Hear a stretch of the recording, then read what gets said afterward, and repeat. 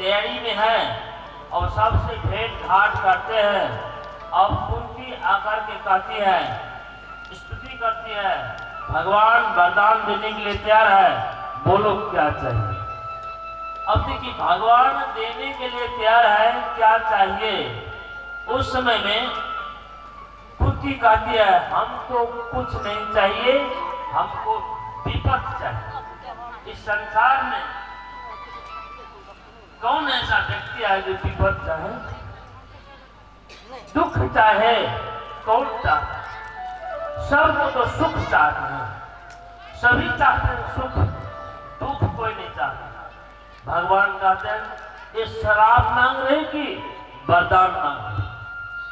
वरदान में सुख होता है, शराब में दुख होता है।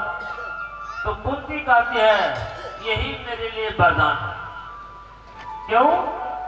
कि दुख था तो तभी मैं तुमको याद करता था और तुम आते थे और मुझे दर्शन होता था। और जब सुख हो जाए तो फिर हम अपने राजकाज में भूल जाओ और तुमको भूल जाओ, राजकाज में ही उलझ जाऊं, वही बात। इसलिए हमको दुख ही चाहिए, दुख होगा तो हम तुमको याद करेंगे और तुमको याद करेंगे, तुम आओगे और मुझे दर्शन होगा, यही मेरे लिए वरदान है। अब आगे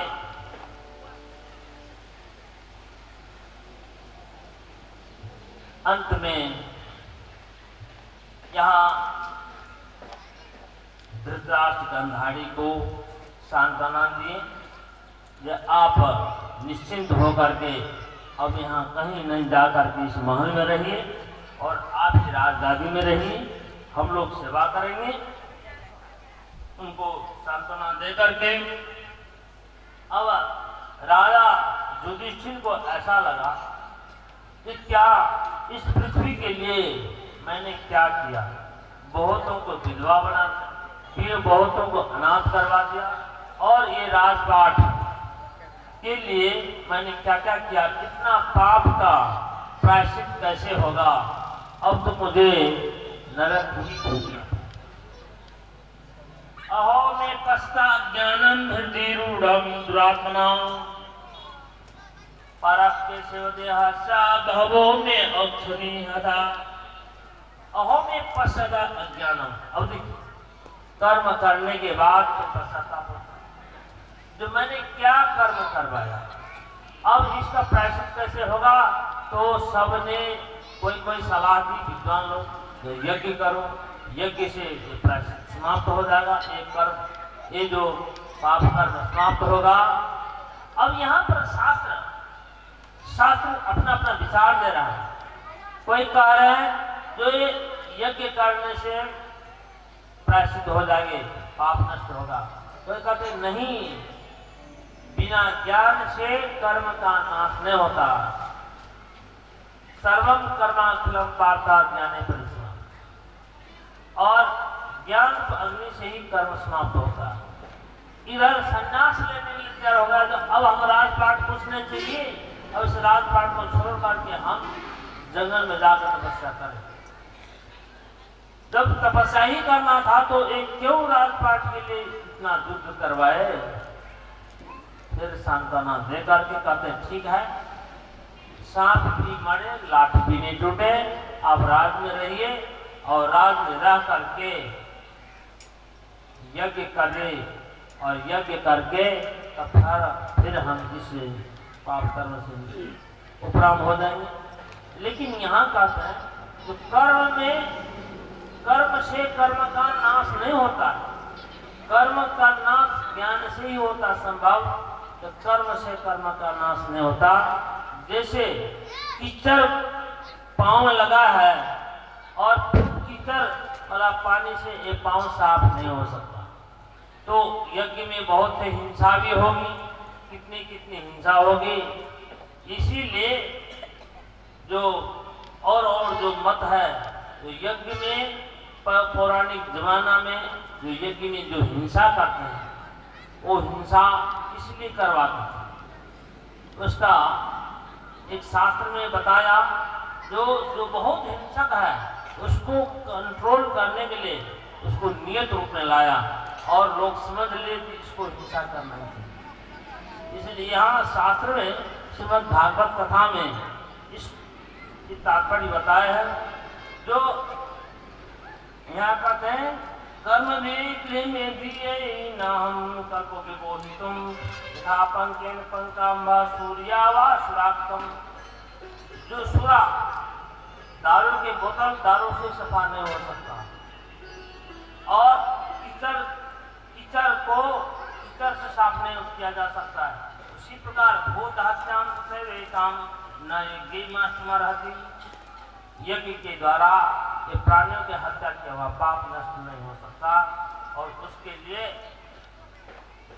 और ही उपाय होगा। आगे फिर वो पांडव तपस्या के लिए चले जाते हैं, और आगे यहाँ पर बताते हैं कृष्ण भगवान द्वारिका के लिए प्रस्थान करने की तैयारी में है। सबसे भेंट घाट करते हैं, और अंतिम भेंट, अंतिम दर्शन यहाँ गंधारी धृतराष्ट्र आदि सभी को लेकर के, और जो अपने संतानों का जो जल तर्पण आदि सब क्रियाकर्म करने के बाद भीष्म पितामह से मिलने के लिए जाते हैं, भेंट दर्शन करने के लिए जाते हैं। और वहाँ कृष्ण भगवान ने युधिष्ठिर को प्रेरित किए, आप उनसे अंतिम ज्ञान, अंतिम उपदेश प्राप्त कर लीजिए। बहुत बड़ा ज्ञानी और बहुत बड़ा उपदेशक है। इसीलिए वहां जाकर के प्रश्न किया।